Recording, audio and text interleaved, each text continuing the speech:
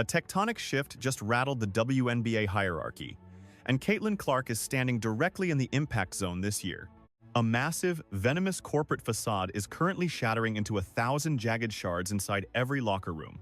The smug, entitled old guard truly believed they had pulled off a masterclass in boardroom sabotage over the last 6 months. They turned the media into a tactical strike force.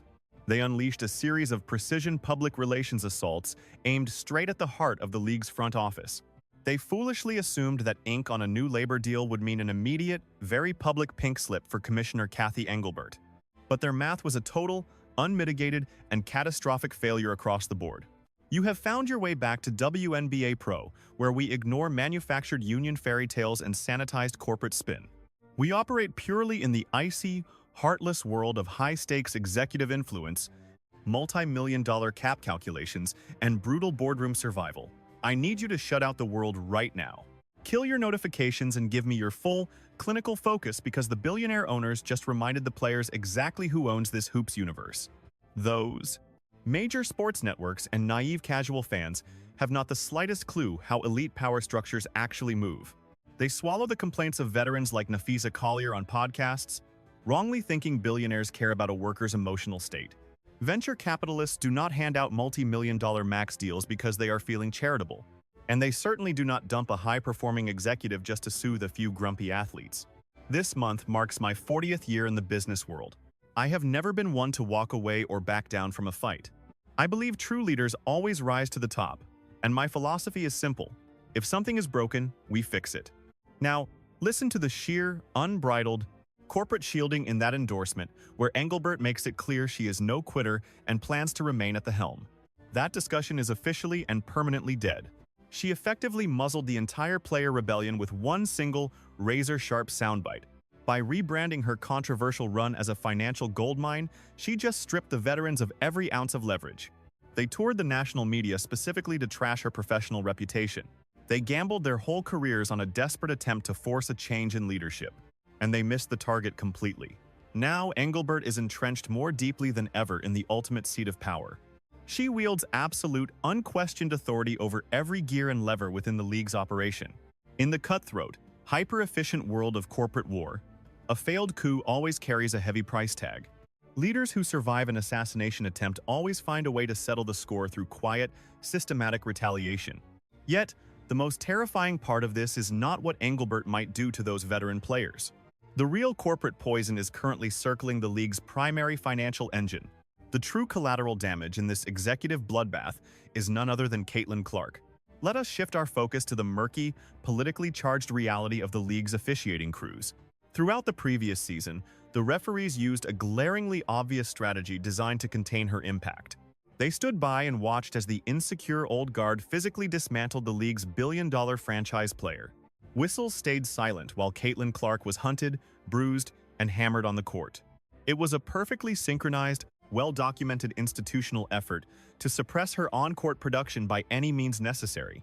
The press called it a learning curve, but insiders saw it for what it was, a cold, boardroom-mandated hit. Engelbert watched from the sidelines as the greatest financial spark in sports history was mauled on national television. She witnessed their most valuable asset take high-risk, non-basketball shots and did absolutely nothing to safeguard that multi-billion-dollar investment.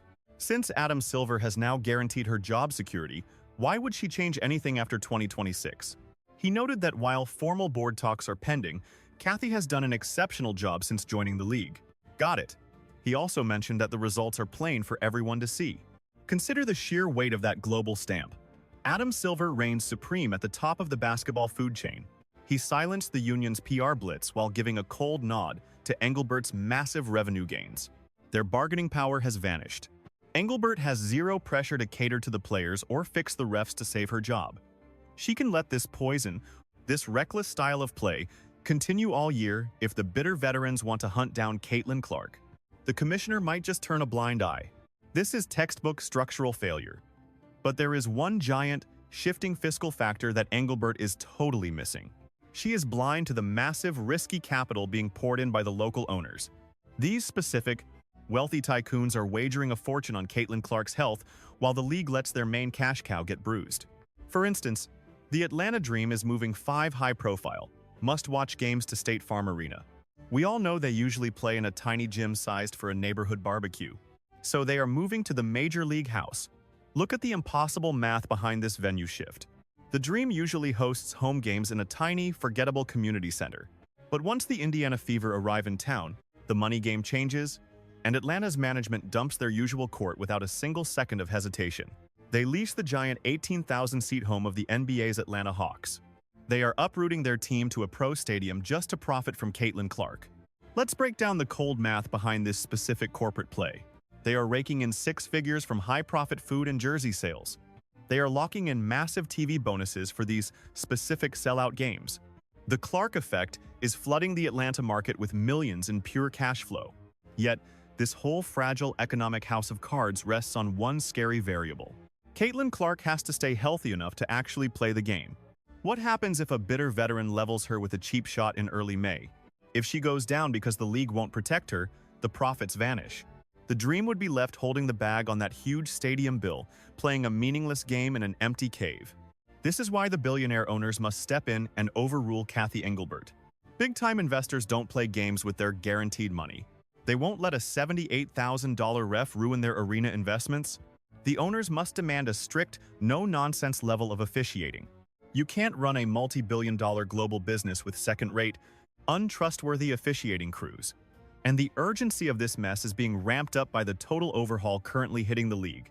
The days of subsidized, stable rosters are gone for good. We are on the edge of the most chaotic, messy talent purge in the history of basketball.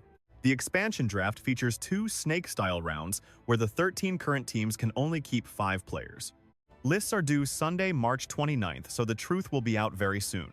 Listen to the terrifying rules of that April 3rd draft. Every general manager in the league is panicking in their expensive suits right now. They are legally forced by rules to save only 5 players. This means they are required to sacrifice the rest of their depth to the wealthy expansion syndicates. Indiana's front office is facing a total gutting of their roster. They must protect their superstar, Caitlin Clark, without a single moment of hesitation. They also have to save their paint anchor, Aaliyah Boston. Now, what is the plan for Kelsey Mitchell, their elite and costly free agent? How will they handle those perfectly synced, lockdown specialists like Lexi Hull and Sophie Cunningham? Safeguarding this entire roster is a statistical impossibility. Expect a massive drain of top-tier talent long before the first tip-off. Those deep-pocketed sharks in Portland and Toronto are already circling for blood. With blank checks and a ruthless drive, they're coming to snatch every superstar available. The Indiana Fever are currently bracing for the most treacherous, chaotic summer this team has ever faced. New, hungry teams have them totally pinned down. They're working within a freshly inflated, $7 million salary ceiling while relying on a broken officiating system to safeguard their main revenue source. For the front office, the room for mistakes has vanished entirely. One single slip-up by Indiana's general manager could slam their title hopes shut forever. If Commissioner Engelbert ignores the officiating crisis, she'll wreck those major arena expansions. Step into the brutal, high-stakes machine of modern basketball business. Thanks for tuning into WNBA Pro. We tear apart the cold, hard truths of the international sporting industry. This space is strictly for facts, not PR fluff or weak corporate excuses.